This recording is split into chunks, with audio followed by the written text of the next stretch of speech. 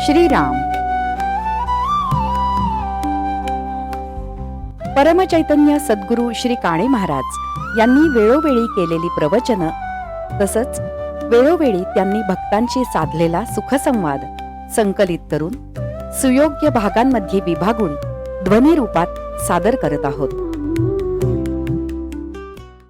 पुष्प पहिलं, विषमय संसार अमृतमय कसा करावा. भाग 7. पुढे द्वितीये ब्रह्मघातिनी असं म्हटलंय. ब्रह्महत्या म्हणजे ब्राह्मणाचा ब्रह्मज्ञानाचा वध. ब्रह्मवधात सुरापानात इत्यादी वर्णन पंचसूक्त पवमानामध्ये त्यांनी सांगितलंय ती ब्रह्महत्या. म्हणून जर काय पाप असेल किंवा ब्रह्मज्ञान्यांचा द्वेष करण्याच्या वृत्तीचे जे काही जीव, त्या पेशींचा दुसऱ्या दिवशी निकाल लागला पाहिजे. म्हणून परमेश्वरी योजनेत त्या पेशी दुसऱ्या दिवशी आपोआपच नाहीशा होतात आणि उत्तम पेशी निर्माण होतात. रोजच्या रोज लाखो पेशी निर्माण होतात, लाखो मरतात, म्हणून आपला हा देह वाढतोय. अशा रीतीने त्या स्त्री देहरूपी चंद्रलोकामध्ये ही सर्व कृती चालू असते. नंतर तृतीये रजकी प्रोक्ता असं तिसऱ्या दिवसाचं वर्णन आहे. म्हणजे उरल्या सुरलेल्या ज्या पेशी, ज्यांच्याशी घाणेरडा संबंध जडला, अशा तऱ्हेच्या पेशी परीट या नावाची वृत्ती स्वच्छ करून टाकते. म्हणून रजकी प्रोक्ता असं म्हटलंय. तिसरा दिवस जो आहे हा परीटाचं काम करणार आहे. रजकी म्हणजे परटीण. स्त्री ही त्या दिवशी परटीण असत नाही, पण ती वृत्ती जी आहे ती वृत्ती कार्य करत असते, म्हणून तिला परटीण असं म्हटलंय. परटिणीचं कार्य काय, तर कपडे धुणं, स्वच्छ करणं, डाग नाहीसे करणं. मग अशा तऱ्हेच्या पेशी स्वच्छ करणारी जी वृत्ती, तिला परटीण असं म्हणायचं. चतुर्थे हनी शुद्धती असं चौथ्या दिवसाचं वर्णन आहे. म्हणजे चौथ्या दिवशी ती बाई अर्थात त्या सर्व पेशी शुद्ध झाल्या आणि उत्तम तऱ्हेचं बीज पैदा होण्याची स्थिती त्या ठिकाणी प्राप्त झाली. हे आमचं शास्त्र आहे. आता चंद्रलोकावर माणसं जाऊन आली म्हणजे त्यांना 20 दिवस क्वारंटाईनमध्ये ठेवतात. मग आमच्याकडे महिन्यातून 3 दिवस स्त्रियांना क्वारंटाईनमध्ये ठेवतात. क्वारंटाईन म्हणजे स्पर्शास्पर्श न करणं. ज्या साथीच्या भागातून माणूस आला असेल त्या साथीचा स्पर्श होऊ नये म्हणून त्याला 3 दिवस गावाबाहेर ठेवत असत. त्याला क्वारंटाईन म्हणत असत. पूर्वी प्लेगच्या वेळेला हा शब्द फार रूढ झालेला होता. याच दृष्टीनं स्त्रीला 3 दिवस क्वारंटाईनमध्ये ठेवायला हवं. आईबापांचा खून करणारी जी पोरं निर्माण होतात, ही अशा वेळेला जर काही भानगडी झाल्या तर निर्माण होतात. ते आत्मे वाटच बघत असतात की आपल्याला कार्य साधण्यासाठी यावेळी प्रवेश करणं ठीक आहे. वैरी मनुष्य जो जन्माला येतो, मुलांकडून आई वडिलांचा जो वध होतो, तो अशा वृत्तीत प्रवेश केल्यावर होतो, नाहीतर होणं शक्यच नाही. मांग हृदय उगीच येतं की काय. त्या पेशीत त्यांना जे हृदय आहे ते हृदय ब्रह्म. डॉक्टरी शास्त्रात ज्याला पेशी म्हणतात तेच हे जीव. कृमीशिवाय शरीर नाही, कृमीशिवाय जन्म नाही.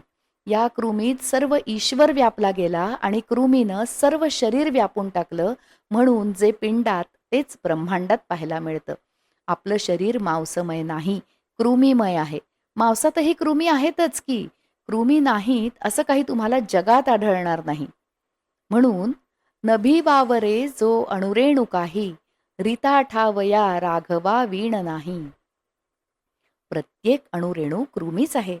आज तुम्हाला पाहायला मिळतं की अणुस्फोट केला, अणूचं अमुक केलं इत्यादी. वास्तविक त्याची काही जरुरी नाही.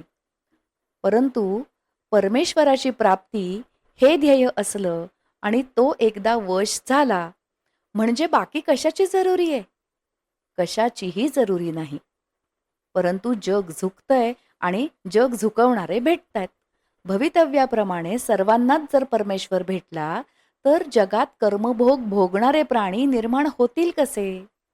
तेव्हा परमेश्वर आहे अगर नाही याचा विचार करण्याची जरुरीच वाटत नाही कोणाला. जो तो आपल्या कर्माप्रमाणे चाकोरीतून चाललाय. गाडी चाकोरीतूनच चाललीये. चाकोरी बाहेर गेली की ती लवंडते. मग ज्यांना आपला गाडा लवंडून टाकायचा असेल तिथे तो लवंडतोच आहे. तिथे परमेश्वराला दोष देण्यात काय अर्थ आहे? काय हो, बघा माझा प्रपंच कसा सुंदर चालला होता, पण त्या देवाला बघवलं नाही बघा, माझा सगळा सत्यानाश झाला. अरे पण तूच असत्याचा पुतळा आहेस आणि त्या सत्याला कशाला दोष देतोस? परमेश्वर का तुझा नाश करतोय? तुझा तूच नाश करून घेतलास, तुझाच पोरगा तुझा खून करतोय, मग परमेश्वराचं नाव कशाला पाहिजे तुला? म्हणून संत म्हणतात की बाबा रे, या वृत्ती राष्ट्रात जास्त उदित होत आहेत. म्हणून कलियुगामध्ये इतर कोणतंही साधन त्यांनी ठेवलं नाही. एक नाम हेच साधन. चहुवर्णा नामाधिकार, नामी नाही लहान थोर, जड मूढ पैल पार, पावती नामे. असं सांगितलं ते कशासाठी? जड आणि मूढ म्हणजे ज्यांना विद्या वैभव नाही त्यांना आपण जड मूढ म्हणतो. पण ते जड नाहीत. अगदी अग्नीसारखी तेजस्वी अशी माणसं आज नाहीतच मुळी. म्हणून त्यावेळच्या दिव्य पुरुषांनी या गोष्टी सांगून ठेवल्या की बाबा रे, आपत्काल येणार आहे राष्ट्रावरती. तेव्हा निदान काही नाही तुमच्या हातून झालं तर देवाचं नाव घ्या, त्यात सर्व दोष परिहार होतील. पण ते कसं घ्या? पश्चात्तापपूर्वक घ्या. माझ्या हातून हे होत नाही, म्हणून हे देवा मला पश्चात्ताप होतोय.